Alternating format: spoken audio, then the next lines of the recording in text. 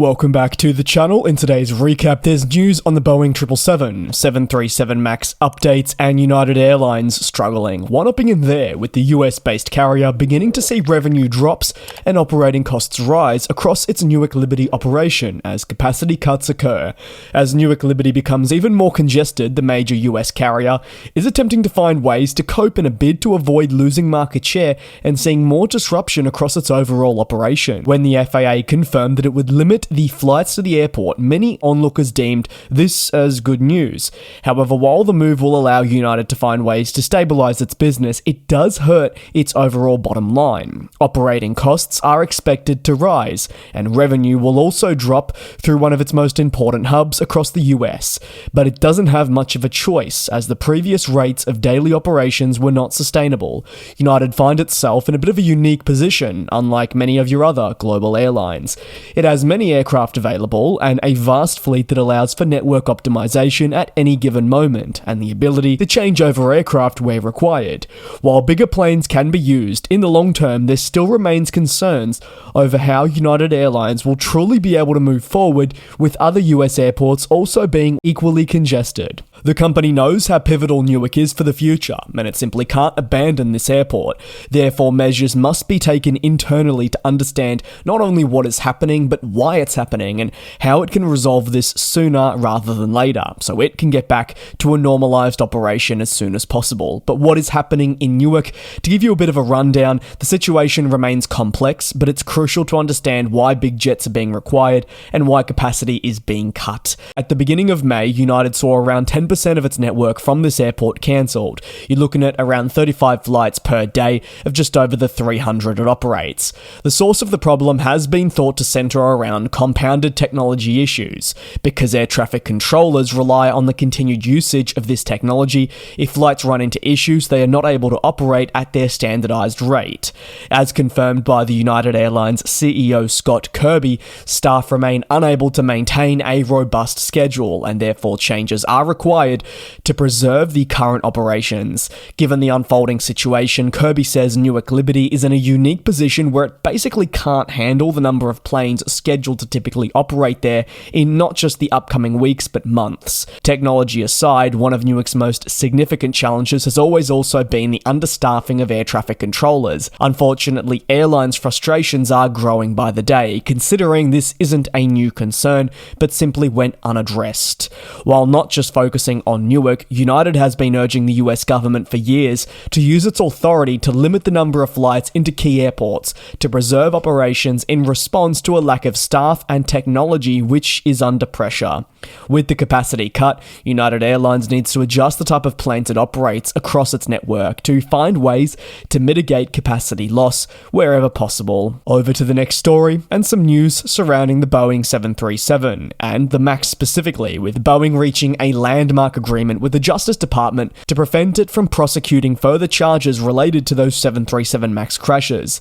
The agreement, which was published only in the last week and a half, is in response to the 346 deaths that followed two 737 MAX crashes in the space of roughly 6 months before the turn of the most recent decade. The agreement allows the manufacturer to avoid being labelled a felon, which means a trial that would have commenced only in the next couple of weeks will now not need to happen. This has caused outrage for some parties and other in the camp where they believe it is the right decision. The Department of Justice confirmed in a release that alongside the government, they believe the judgment was fair and the resolution doesn't just best serve the parties involved, but also has been made with the public interest in mind. If Boeing went to trial, there were fears over the impact this would have moving forward. In contrast, an agreement would allow Boeing to recognise its part still and find a means to move forward with that accountability and renewed confidence to rebuild, but also equally put more emphasis on the restoration of trust. Despite this agreement, Boeing doesn't get off free. Significant payments will still be required for the charges already incurred. These range from amounts to victims' families to compliance and criminal fines. Some will argue that this is still not enough considering all the lives lost during those incidents. All the controversy really does stem from the 737 MAX crashes in 2018 and 2019. The tragic incidents were initially blamed solely on the crew, until it was later revealed that Boeing had cut corners in safety and production, bringing the series to a halt. With that in mind, there became increasingly alarm bells. With that that in mind, there became increasing alarm bells about the American plane maker's responsibility in having these planes not hit the ground. Mark Lindquist of Mark Lindquist Law, who represents a dozen of the victims' families from these fatal 737 MAX incidents, was disappointed with the decision, but it has been labelled as not surprising given the circumstances.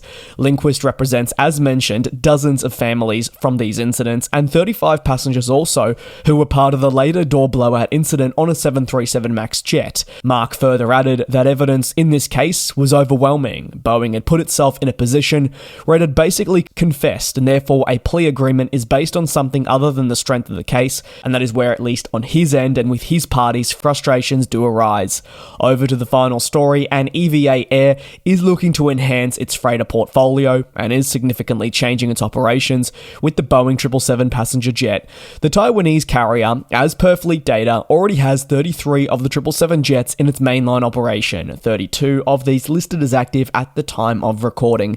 They solely rely on the 777-300ER, a high-capacity and extended-range model, to help fuel international connectivity. These planes are hardly old in terms of their average age. You're looking at a collective of 12 years. However, its oldest 777-300ERs were delivered in late 2006 and early 2007, bringing their age to 18 and 17 years respectively. As a result, the airline is definitely beginning to find ways to remove some of its older aircraft as the transition towards newer planes continues, and it increases reliance on types such as the Dreamliner. Reporting now suggests that EVA Air will proceed with the retirement of 3 more of its 777 jets. However, this is not to retire these aircraft from flying forever, but rather to alter their purpose within the company. The removal of the 3 aircraft will enable the conversion of these passenger jets into freighter planes, which will join EVA Air Cargo and increase the fleet here. The company's freight division already has 9 of your 777 freighters, but this will now grow to 12 in response to the increased demand that it is seeing,